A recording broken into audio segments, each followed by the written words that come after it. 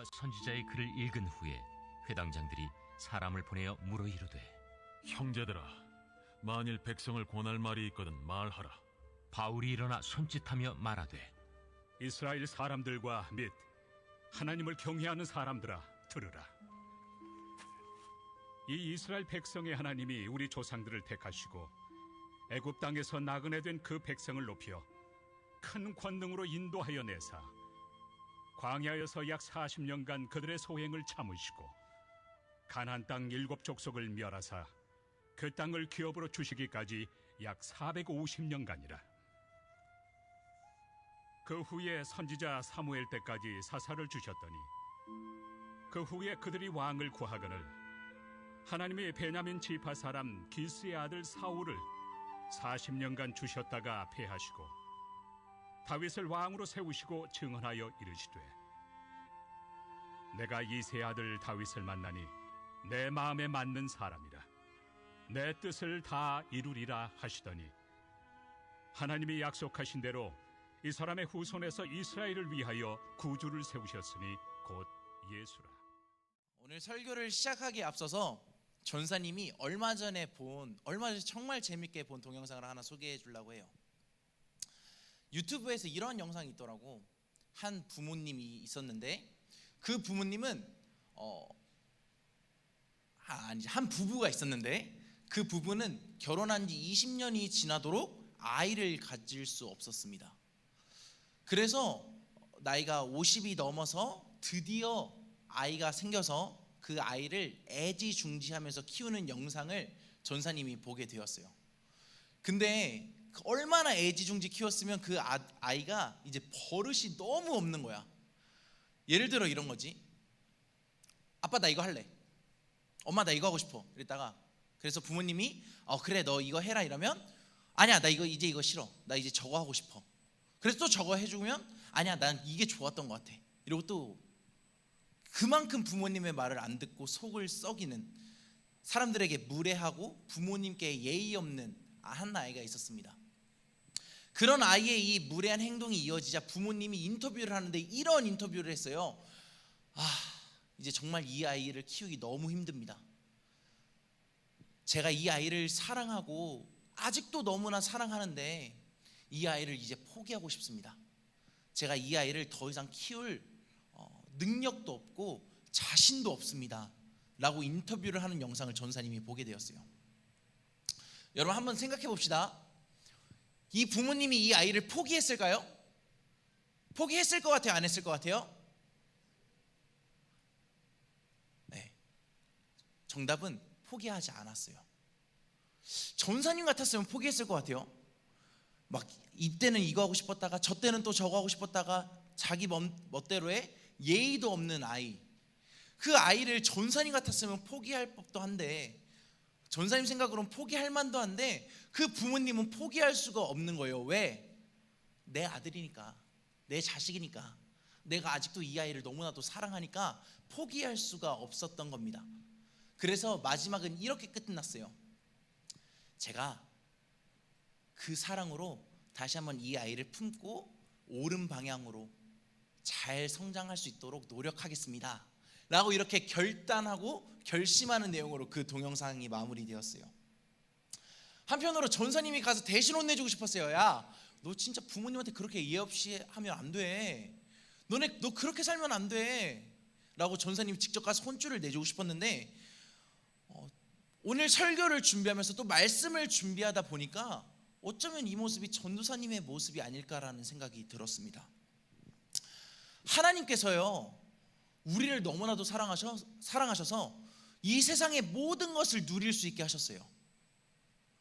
근데 저는 그거에 만족하지 못하고, 전사님은 그거에 만족하지 못하고, 하나님 저 이것도 주세요, 저 이것도 주세요, 저 이것도 하고 싶어요, 하나님 저 그거 싫어요, 하나님 저 이거 할래요 라고 어리광 부리는 전사님의 모습을 발견하게 되었습니다.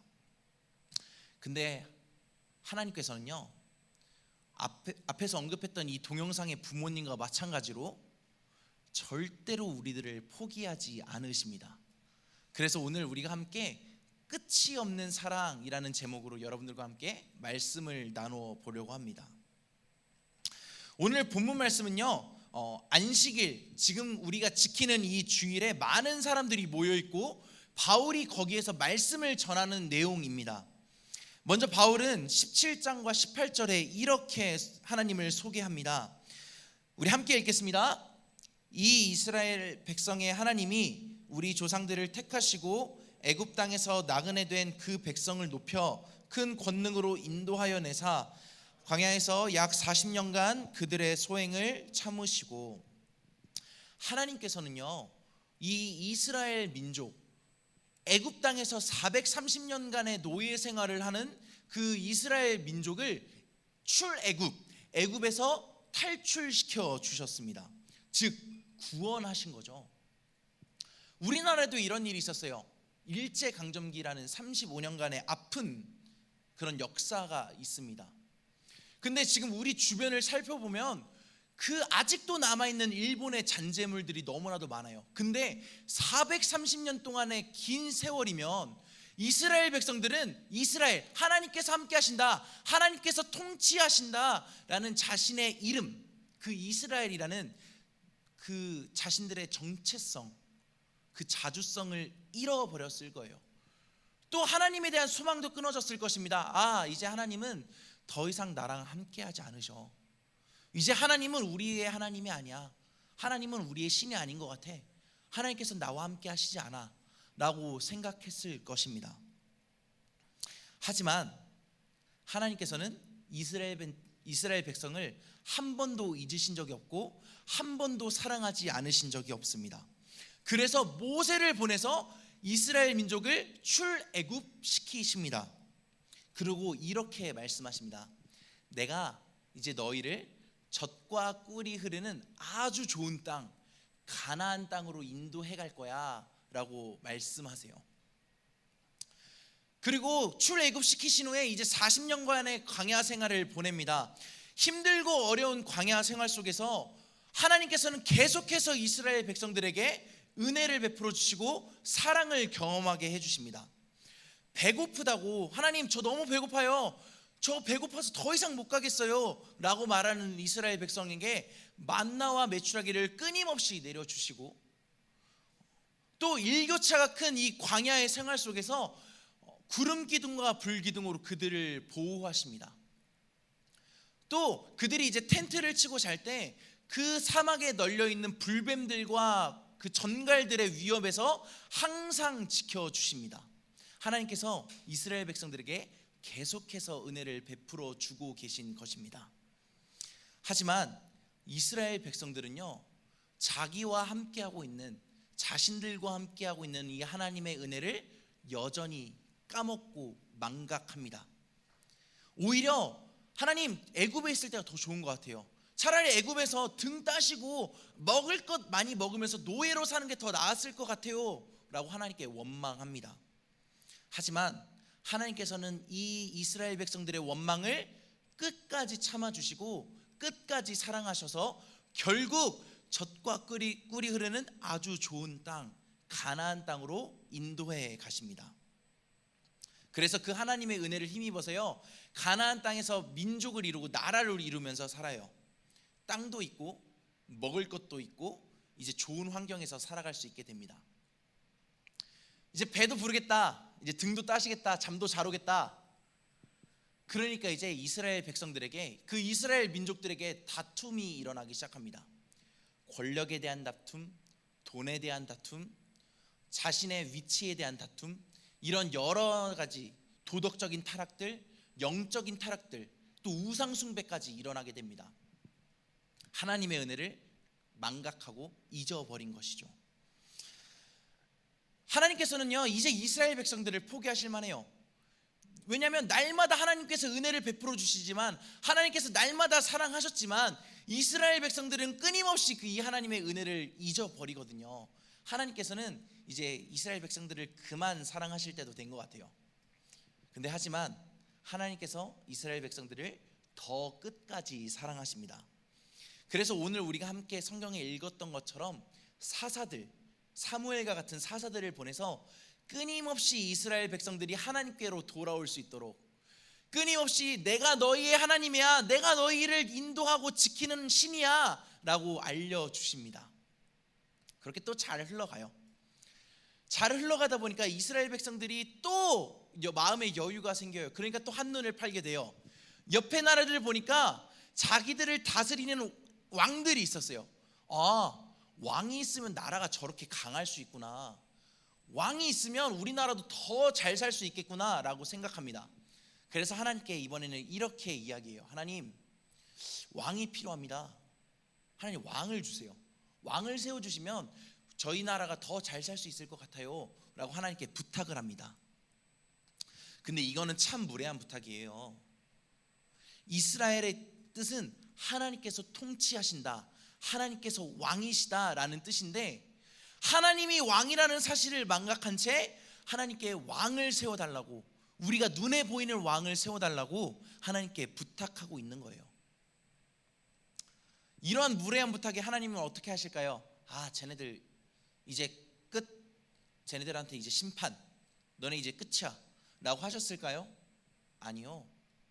하나님께서는요, 이 이스라엘 백성들을 더 끝까지 사랑하세요. 그래서 왕을 보내주시고 사울, 다윗, 솔로몬 계속해서 이스라엘 민족들을 이끌어 가십니다. 근데 이쯤 되었으면 이스라엘 백성들이 하나님의 은혜를 기억하고 이제 회개할 때도 되었잖아요. 이제 하나님, 나 이제 하나님만 바라보고 살겠습니다, 나 이제 하나님만 의지하며 살겠습니다 라고 이제 정신 차릴 때도 됐는데 아직도 정신을 못 차려요. 여전히 이스라엘을 보면 여전히 죄악되었고, 여전히 그들 마음 가운데 하나님보다 그들이 원하고자 하는 것들이 더 많았어요. 그래서 하나님께서 한 가지 약속을 더 하십니다. 오늘 본문 23절의 말씀 우리 한 목소리로 같이 읽어보겠습니다. 시작. 하나님이 약속하신 대로 이 사람의 후손에서 이스라엘을 위하여 구주를 세우셨으니 곧 예수라. 아멘. 하나님께서 함께 하신다고 약속하셨고, 또 하나님께서 함께 하신다는 것을 날마다 보여줬지만 여전히 죄인으로 살아가고 있는 이스라엘 민족을 위해서 하나님께서는 한 가지 엄청난 약속을 하십니다. 바로 예수님을 우리에게 보내주시겠다고 한 약속입니다. 그리고 그 우리를 향한 그 사랑, 그 약속을 정말로 예수님께서 십자가에 달려 돌아가심으로 그 약속을 이루어 주십니다. 사실 전사님은요, 이 설교를 준비하는 내내 하나님께 이러한 궁금증이 생겼어요. 아니 하나님, 제가 뭐라고? 아니 하나님, 제가 뭐라고? 이 이스라엘 백성들이 뭐라고? 하나님, 어떻게 이렇게 우리를 사랑하실 수 있으세요? 하나님, 좀 바보 같네요. 하나님, 너무나도 멍청하게 우리를 사랑해 주시는 거 아니에요? 만약에 제가 하나님이었으면 아마 포기했을 것 같은데 하나님, 너무 우리한테 자비하신 거 아니세요? 라고 하나님께 계속해서 이러한 궁금증이 들었습니다. 근데 한 가지 확실한 마음이 전사님께 들었어요. 하나님께서 이렇게 말씀해 주시는 것 같았습니다. 동찬아, 너는 내 아들이잖아. 넌 내 자식이잖아. 어떻게 아버지가 자식을 포기할 수 있어? 아무리 미워도, 아무리 나쁜 짓을 해도, 아무리 잘못된 길로 간다고 하더라도 어떻게 아버지가 자식을 포기할 수 있겠니? 나는 그럴 수 없어. 난 끝까지 너 사랑할 거야 라고 하나님께서 말씀해 주시는 것 같았어요. 누가복음 15장에 아버지 곁을 떠난 탕자의 이야기가 등장합니다. 그 아들은 아버지께 이렇게 이야기합니다. 아버지께 말하되, 아버지여, 재산 중에서 내게 돌아올 분깃을 내게 주소서 하는지라. 이 말이 어떤 말이냐면요, 아버지 어차피 죽으실 거잖아요. 아버지 어차피 돌아가시면 저한테 유산이 돌아올 텐데 그 유산 미리 주세요. 그 유산 미리 받아서 내가 그냥 내 힘대로, 내가 하고 싶은 대로 하면서 살래요 라고 아버지께 부탁을 하는 거예요. 이만큼 무례한 부탁이 어디 있습니까? 이만큼 예의 없는 부탁이 어디 있습니까? 하지만 그 아버지는 이 부탁을 들어주세요. 그리고 재산을 나누어 주시죠. 그 재산을 받아들고 아버지 곁을 떠난 그 탕자는 어떠한 삶을 살아갑니까? 방탕하고 내가 하고 싶은 대로 살다가 결국 아버지의 그 유산을 다 탕진해버립니다. 다 탕진해서 먹을 것이 없으니까 돼지들이 먹는 그 쥐엄나무 열매로 허기를 채웁니다. 너무 비참한 인생을 살아가는 거예요. 그래서 이렇게 생각합니다. 아버지, 나는 아버지의 아들로서의 자격도 없습니다.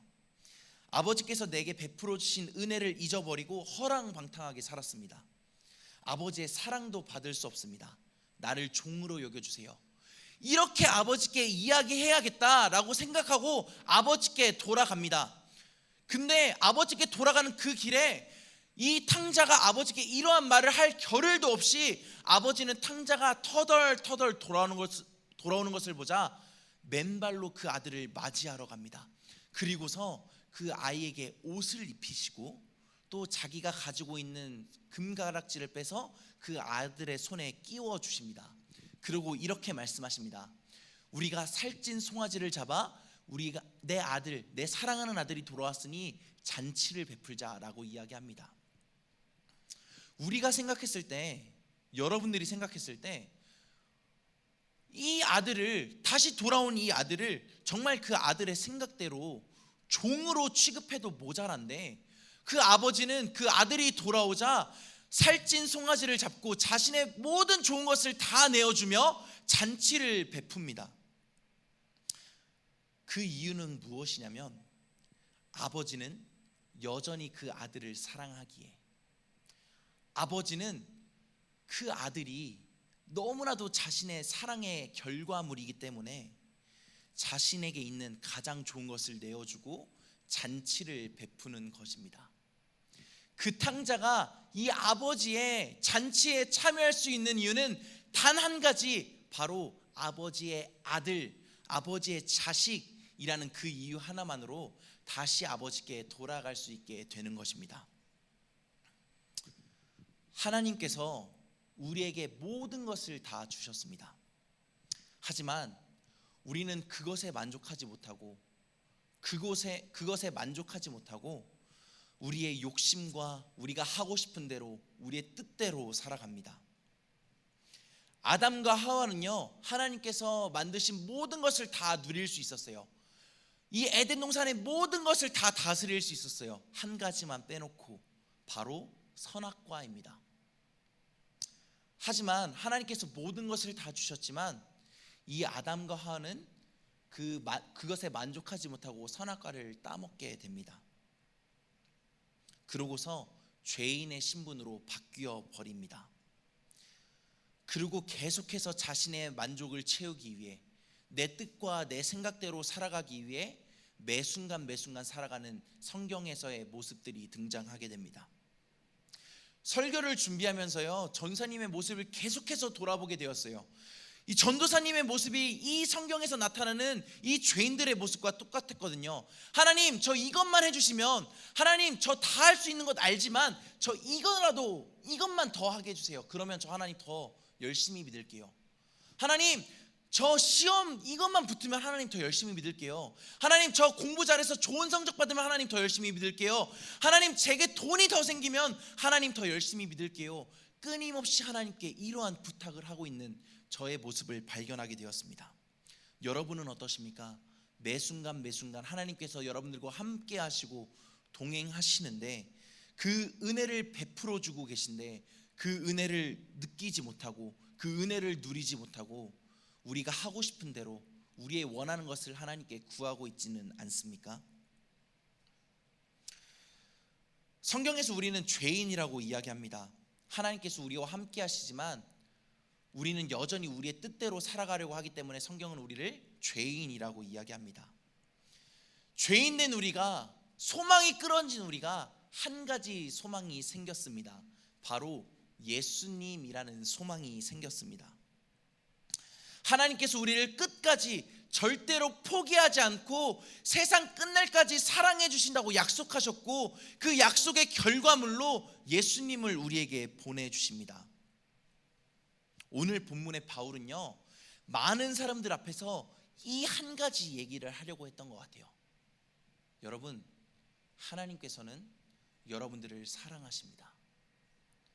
하나님께서는 여러분들의 모습이 어떻든, 여러분들이 죄인이건, 여러분들이 죄악에 빠져 있건, 여러분들이 어떻게 살아가고 있건 그 모습 그대로 여러분들을 사랑하시고 끝까지 사랑하십니다 라고 바울은 오늘 우리에게 이야기하고 있는 것입니다. 오늘 말씀을 정리하고 마무리하려고 합니다.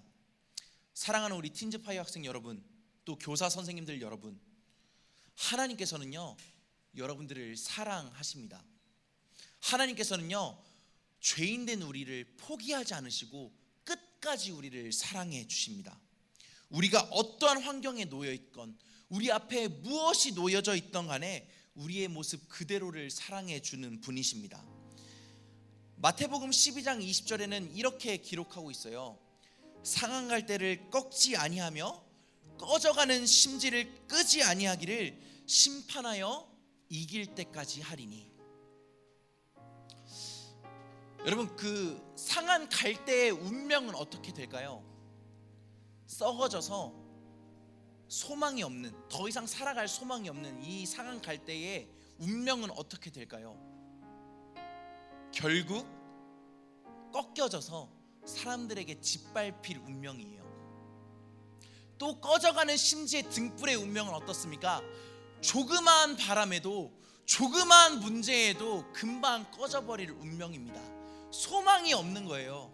하지만 이러한 우리의 모습, 상한 갈대와 같고 꺼져버린 등불의 심지와 같은 우리의 모습, 이러한 모습을 하나님께서 끝까지 포기하지 않으신다고 우리에게 말씀해주고 계신 거예요.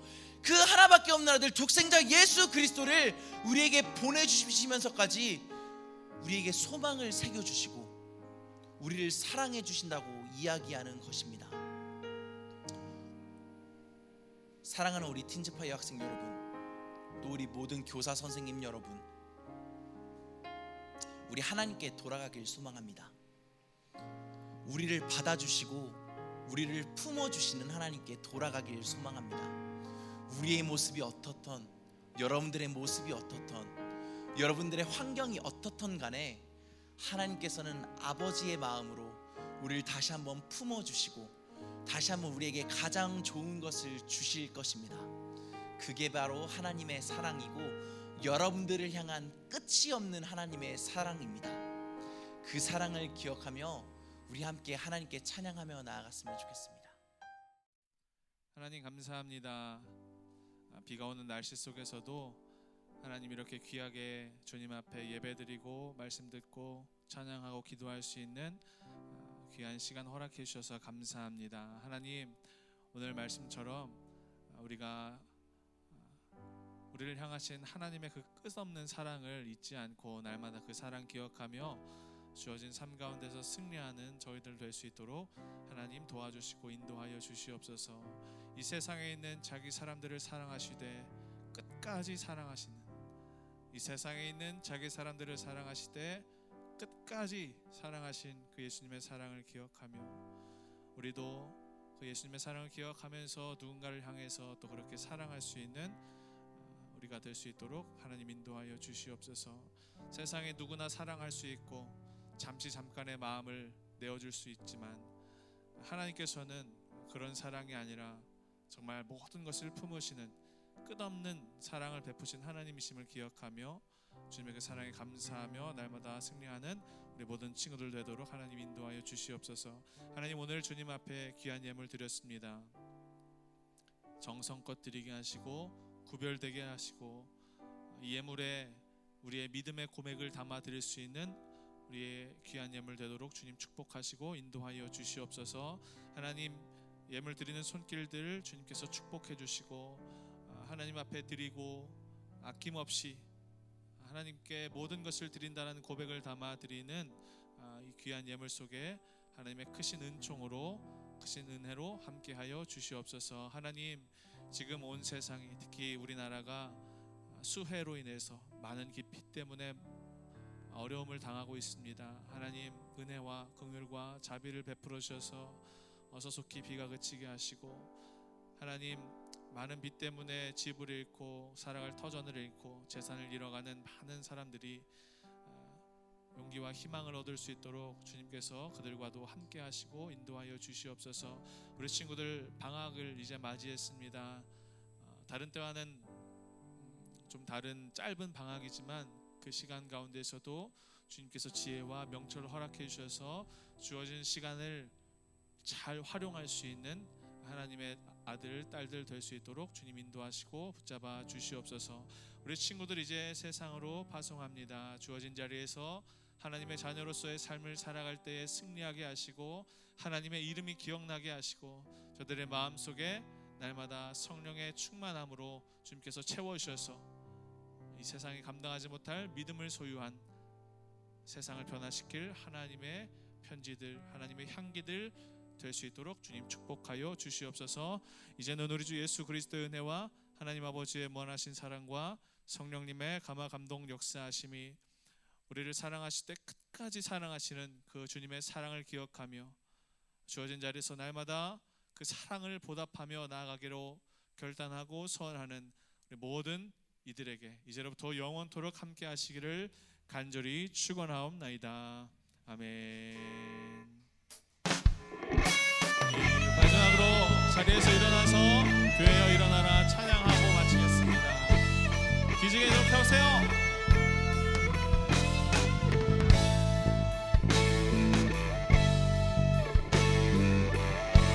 함께 찬양합시다. 교회여 일어나라. 교회여 일어나라. 주께서 부르시니 두려움과 실패 내려놓고 교회여 일어나라. 교회여 일어나라. 교회여 일어나라. 주께서 보내시니 주께서 보내시니 우리 부르신 삶의 자리에서 교회여 일어나라. 우린 세상의 빛 어둠을 밝히는 하나님의 편지 주를 나타내는 주의 교회를 통해 세상이 주를 보리라. 일어나라 아버지 사랑으로 아버지 능력으로 서로 하나 되어 그 빛을 비추라. 노래하라 아버지의 사랑을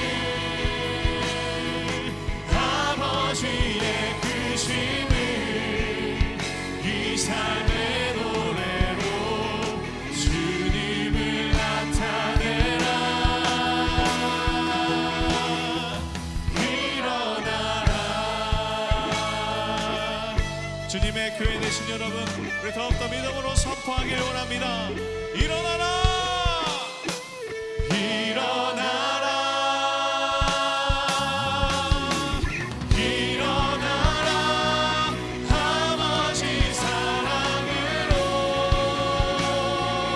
아버지 능력으로 서로 하나 되어 그 빛을 비추라.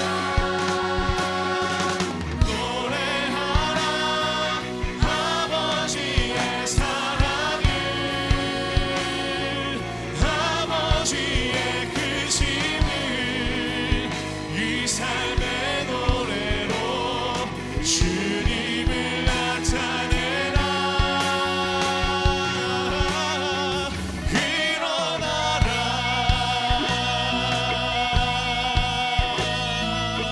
할렐루야.